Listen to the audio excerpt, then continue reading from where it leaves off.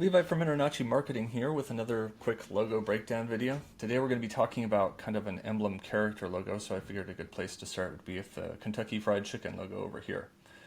Sort of the recognizable kernel character framed in this emblem that reflects kind of the design of their bucket that's after decades of marketing became just recognizable.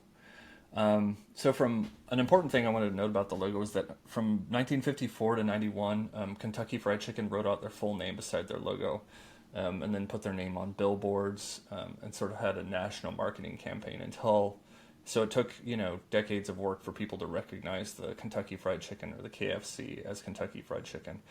Same is true of UPS. With smaller companies, I don't recommend that you reduce your name down to an acronym because without that massive marketing, I just don't know what these letters mean. I know what KFC means because of all of the marketing. I wouldn't know otherwise. And with people moving in from out of state, it's important that you keep your full name visible, so that people can punch your name like into a search engine and track you down and find you to hire you. So today we'll be talking about Odin home inspections, and I'll talk a little bit about like the character design here. So there's a really heavy line here, but like merging shadows can help lines, look more bold.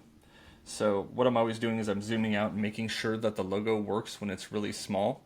But you can make lines a little bit heavier when you want to drop something down, like the shadow of the helmet here. You can see it again in the character up here where the cheek and the nose merge, and then the chin merges with the mouth here, but it's all connected by this thick, heavy outer line, which helps the logo hold up when the logo gets a lot smaller.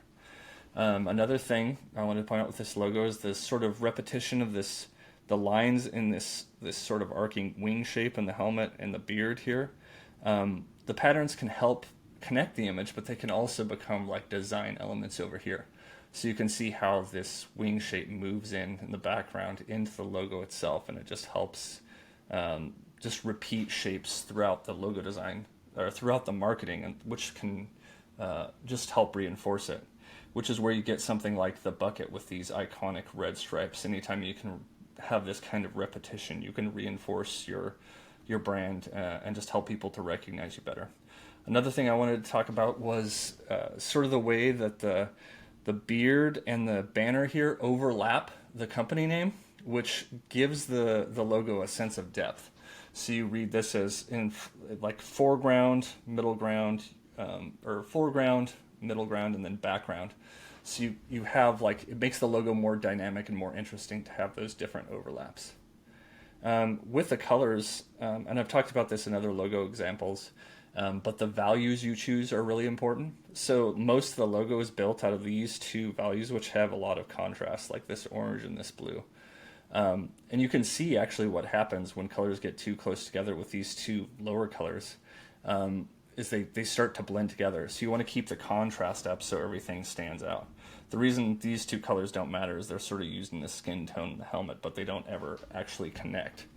So it's okay that those colors blend in, but ideally you want to have some contrast there. Another thing I used with this logo was using complementary colors. So a color wheel, a way to create dynamic color relationships is by using colors that are on the opposite side of the wheel. So like this sort of purple, blue, and yellow, and this orange and blue, and then the green and red, like they look dynamic when paired together. So you'll see a lot of these kind of complementary or close to complementary relationships in logo designs because they draw attention. Another thing I wanted to point out here is that the colors you use in your logo don't have to be extremely saturated to work well.